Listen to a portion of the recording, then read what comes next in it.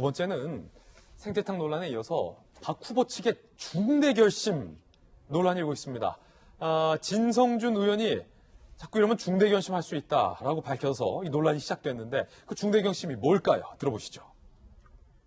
오세훈 후보는 심각한 하자를 드러낸 것입니다. 저희들이 사퇴를 요구하는 것은 정치 공세가 아닙니다. 본인의 입으로 자신의 결백을 주장하면서 그렇게 말하지 않았습니까? 그렇다면 본인이 공언한 대로 물러나는 것이 도리다. 상황에 따라서는 중대한 결심도 배제할 수 없다는 말씀을 분명하게 드립니다. 방금 말씀하신 상황에 따라 중대 결심이 어떤 두고 보십시오. 자, 두고 보라며 중대 결심을 할 수 있다라고 말을 해서 도대체 진성준 의원이 말한 중대 결심이 무엇인지가 사실은 주말 내내 정치권에서 화제였습니다. 야당이 국민의힘에서는 이렇게 대응했습니다. 이 정권은 이제 위선쇼, 사과쇼가 흥행한다니 협박쇼까지 하고 있습니다. 이제 민주방송은 그만 보고 싶은 게 국민의 심정입니다. 바라건대 박영선 서울시장 후보는 끝까지 사퇴하지 말고 정정당당하게 민심의 심판을 받아야 할 것입니다. 진성준 의원이 중대 결심을 밝히자 이에 대해서 비판을 하면서 국민의힘에서는 그 중대 결심이라는 게 박영선 후보의 중도 하차냐라고 비판을 하고 있는 겁니다. 자, 김수경 교수님, 중대 결심이 뭘까요?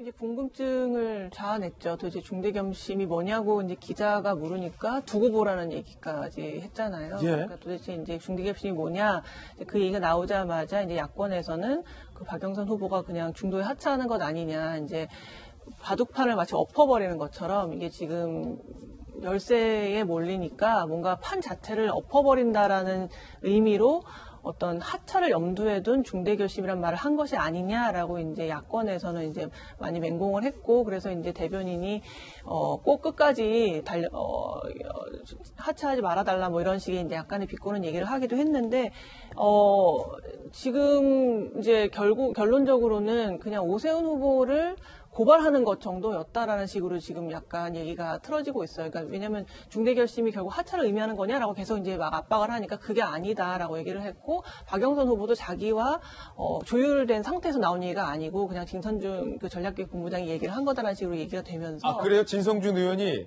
박영선 후보와 중대 결심에 대해서 논의한 게 아니다. 박 후보가 그렇게 선을 그었어요. 자기랑 어떤 중대 결심이라는 것은 그 정도로 중대 결심 되려면 후보와 당연히 협의를 해야 되는 거 아니에요? 그래서 이제 결국은 뭐 이게 오 후보를 그냥 고발하는 정도의 이야기였다면 그걸 중대 결심이라고 도대체 말할 수가 있느냐라고 이제 굉장히 모양새가 좀 모양 빠지는 그런 지금 형국으로 가고 있는데 결국은 그냥 상대방의 정치적인 수를 좀 읽기 위해서 좀 띄워본 그런 것으로 약간 좀 흐려지는 그런 지금 상황이 있는 것 같습니다. 윤태구 실장님, 중대 결심이라는 게 뭘까요? 진성준 의원이 의미했던 게. 저도 모르죠. 이 선거 막바지에 이제 각 캠프들에서는 카드 같은 거를 준비를 해 봅니다. 그러니까 이제 우리가 앞서 나갈 때 굳힐 수 있는, 뭐 이제 팽팽할 때 중도층의 소구력이 있는, 혹은 뒤처질 때는 따라잡을 수 있는 이런 카드들을 준비를 해 보는데 그런 식의 이제 압박용인 것인지. 근데 이제 중대 결심이 만약에 있다고 한다면은 자, 지금이 이제 오늘 월요일, 화요일, 수요일이지 않습니까? 예. 수요일이 이제 선거일인데 지금 나와야 돼요. 그 중대 결심 나와야 그게 확산이 돼가지고 이게 영향을 미칠 수가 있지 않습니까? 예. 그게 큰 중대 결심이면 계속 묵혀둘 일은 아닌 거죠. 예. 자, 이에 대해서 박영선 후보는 내가 왜 사퇴를 했느냐. 일각에서 제기된 사퇴설에 선을 분명히 그었고 앞서 말했던 것처럼 진성준 의원 개인의 의견이다라고 설명을 했다라는 말씀 드리겠습니다. 재보선 사전 투표율도 꽤 높았습니다. 과연 본투표에 어떤 영향을 미치게 될까요?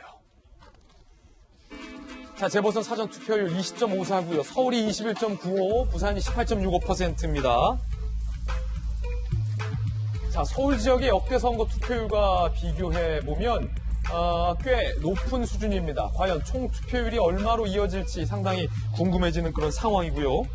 자, 구별로 한번 보겠습니다. 사전 투표율이 가장 높았던 구는 종로구였습니다. 정치 1번지 종로구, 이낙연 대 황교안이 맞붙었었던 그 종로구였죠. 자, 그리고 흥미로운 건 오세훈 후보가 지지난 종로 선거에서 졌던 그런 지역이기도 합니다.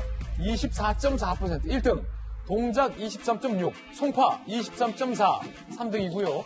가장 막바지는 금천 18.9% 사전투표율을 기록했습니다.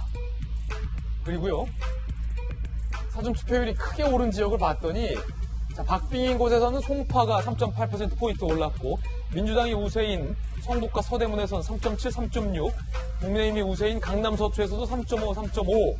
지난 총선 기준으로 이렇게 사전투표율이 올랐다라는 데이터를 자, 확인할 수 있었습니다. 윤태원 시장님, 네. 이거 좀 흥미로운데 이거 어떻게 해석해야 됩니까? 제가 이거 가지고 전화 되게 많이 받았거든요. 많이 받았죠. 여러분들한테. 근데 제 대답은 똑같았습니다. 이것만으로 판단할 수는 없다. 야, 그건 나도 하겠어요. 네. 근데 일단 선거에 대한 관심도가 높아졌다라는 예. 건 분명해요. 이게 근데 뭐 여당 지지층 위주로 높아졌느냐, 야당 지지층 위주로 높아졌느냐는 우리가 알 수가 없고 전반적인 관심도가 높아졌다.